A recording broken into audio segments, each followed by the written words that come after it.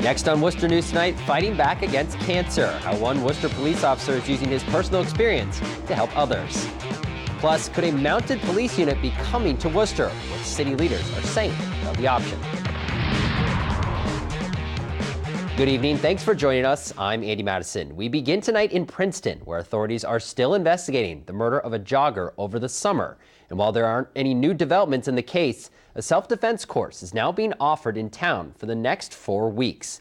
The course is designed to help women avoid dangerous situations and defend themselves in case of an attack. Our Brittany Schaefer got a first-hand look at the course.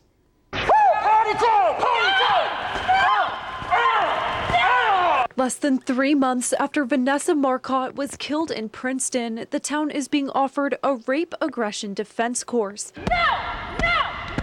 The RAD instructors teamed up with Princeton police to teach women how to defend themselves. They walk out feeling empowered. They realize that if something happens to their life, they can defend themselves. 27-year-old Marcotte was killed while jogging in Princeton. She was reportedly found naked and sexually assaulted. Unfortunately, this tragic incident happened, but for female self-defense, it's personal to me because I'm a RAD instructor. I said the RAD program is perfect. The defense class was filled within 24 hours, and there are more than 50 women in Princeton on a waiting list. There's a lot of females in the town that feel uneasy, maybe afraid to go jogging again. When you're scared and you don't know where to get answers, you're gonna find someone who can teach you, because a lot of times you could be by yourself. Active women in Princeton say even though it's been a few months, the feeling of fear is still with them. It's scary. The situation in Princeton really put a dose of reality in this area. I don't do like long hikes. I take maybe a couple of short ones, kind of like ears up, listening to different sounds. Donald Brickman is one of the RAD instructors and says classes don't normally fill up as quickly as it did in Princeton. I kind of had a hunch that it might fill up quick just because of the situation and the feeling in their community. Because of what's happened, they're more willing to listen and memorize some of this stuff of what to do. I think everyone should know how to defend themselves, and I think with this training, it gives a sense of empowerment. Brittany Schaefer, Worcester News Tonight. A Worcester police officer who survived brain, testicular, and lung cancer is sharing his story of survival tonight in the city. Our Jennifer Zarate has a look at tonight's Evening of Inspiration event at St. Vincent Hospital. Hundreds are celebrating survivorship at this year's 5th annual fundraiser to benefit Livestrong at the YMCA of Central Massachusetts. Every time I tell my story, people mention how crazy it is. I don't think it's that crazy just because it's my story. But if it's going to inspire people and help them out and, help them push through some tough times, then I'll tell my story 1,000 times. A survivor of brain, testicular, and lung cancer, Worcester police officer Jonathan Dage was this year's keynote speaker. Within a 3-year time period, I had 10 procedures, but for me, it was always, here's what's going on, this is what we're going to do. So it definitely kept me upbeat. And through treatments, I would always, if I felt good, I would always get out of the house, go to the gym. I got to meet Jonathan during the Pan Mass Challenge, and I was just so impressed with him because even when he was doing his treatment, they brought in a stationary bike into his room, and he was actually physically doing treatment for 8 hours and working on his bike. The YMCA's Sharon Henderson says Officer Dage has one of the best attitudes of anybody she's ever met with or without cancer. Henderson says physical fitness and exercise does make a difference. The money they raise goes towards hiring special personal trainers who work with cancer survivors. So it's about getting people back into some sort of level of physical activity. But one of the greatest pieces of this program has been the camaraderie that other cancer survivors find with each other. John Doyle acted as MC for the event. The vice chairman of the YMCA of Central Mass shared his wife's story of surviving cancer. When she began the program, she was very weakened and she had lost 50 pounds. And so I think the emotional bonding with others that had been through that process was extremely uplifting to her, and she knew she wasn't alone. So that was amazing to have that. And that's what the program provides, encouragement to continue to get strong. President and CEO of the YMCA of Central Massachusetts, Kathy Zing-Hunter, says the program has raised more than $300,000 since they started 5 years ago. The program is free to cancer survivors, so by raising funds, cancer patients and their families have more access to it. Back to you, Andy. Our Jennifer Zarate reporting for us tonight. Jenny, thank you. And as we heard, tonight's event is in collaboration with the YMCA of Central Massachusetts, which is helping cancer survivors in recovery with a unique fitness program. Our Catherine Andrioli has the details. Recovery through fitness.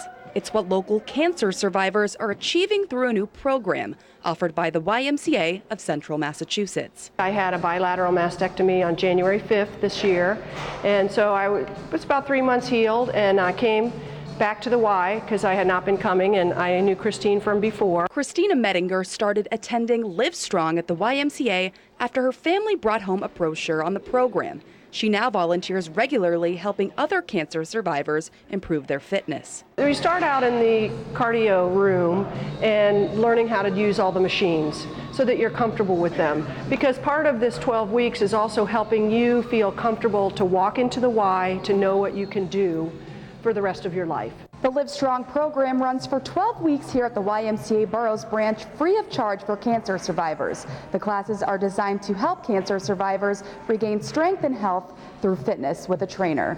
Christine moves us into this room, which is called a functional training room, and we learn how to use all these different areas here. So we try to give them that opportunity to try yoga, try Zumba, indoor cycling, getting in the pool and doing some water fitness. But again, in a comfortable, safe environment where they don't feel that they're walking in cold or blind with a bunch of people that do it on a regular basis. Livestrong coordinator Christine Salvodaros says the program has improved the health of many people who have walked through the door. Do an assessment at the end of the program asking about how the program has impacted people's sleep, pain, depression, anxiety. And in the last few groups that we've had, we've seen a major impact in most of the areas that we've asked about. The class is a special program giving cancer survivors a chance to share their stories and bond, all while improving their fitness. Really worked getting me out of the house, keeping me happier, and moving my body, and everything just felt better. It is bonding. It is helpful to share your story because you don't feel alone. In Westboro, Catherine Andrioli, Worcester News Tonight.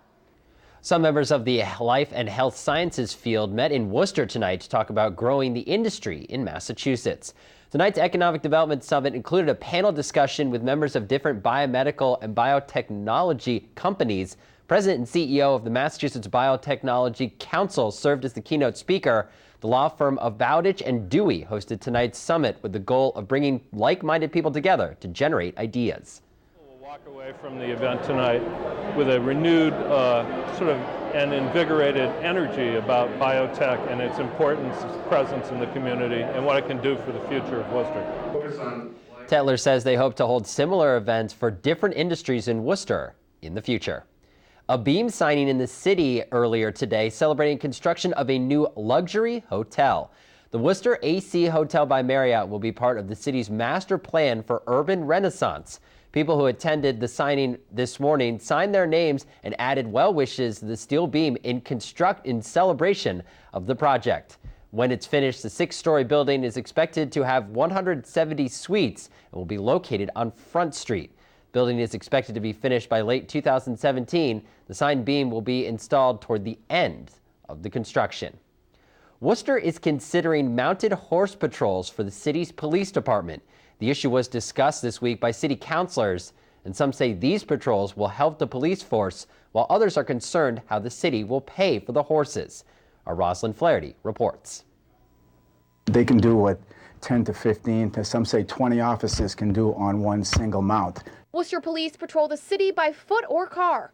Now they're looking into making officers more visible by creating a mounted unit. It allows for connections and conversations between officers and citizens. City Manager Edward Augustus announced a plan to implement a mounted unit of Worcester police officers. The plan would cost around $300,000 to $400,000. It would involve 4 horses and 9 officers. Late at night when bars empty out and you have hundreds of people on the street, having mounted units there can be a really strong presence. The Worcester County Sheriff's Office offered a barn they already have to house the horses, and Massachusetts State Police have offered a training course for mounted officers. This is going to be their assignment. This is not just ceremonial. This is they're functional police officers on a mount. City Councilor Tony Economou is in favor of the unit. He says it will help with crowd control. Up in the air, you get a broader view, a bigger vision of the area. City Councilor Michael Gaffney says he is not opposed to the idea, but has some concerns, including cost. It's somewhere between $300,000 to $400,000, which was never in the 2017 budget. Augustus says around $300,000 would be coming from partnerships and sponsorships, and $100,000 would be coming from city tax dollars. Really leveraging 3 private sector dollars for every 1 public dollar that we put in to create this new tool in the toolbox. Police Chief Stephen Sargent says these horses will be like ambassadors to the city, adding benefits to community policing. It's the first thing you're going to see when you come in is as you're driving down Main Street, if they're on the Common, then you're going to look up and see the police officer. Rosalind Flaherty, Worcester News Tonight. Plans for the horse patrols have been referred to the city's Public Safety Committee. City leaders say the city could have horses in place by Memorial Day next year. In Leicester, one person lucky to be alive tonight after the car they were driving burst into flames after hitting a tree. Leicester police posted this picture of the car on fire. They say the driver swerved to avoid a deer and hit a tree instead. It happened around 2:30 this afternoon on Baldwin Street. The driver had non-life-threatening injuries and is expected to be okay.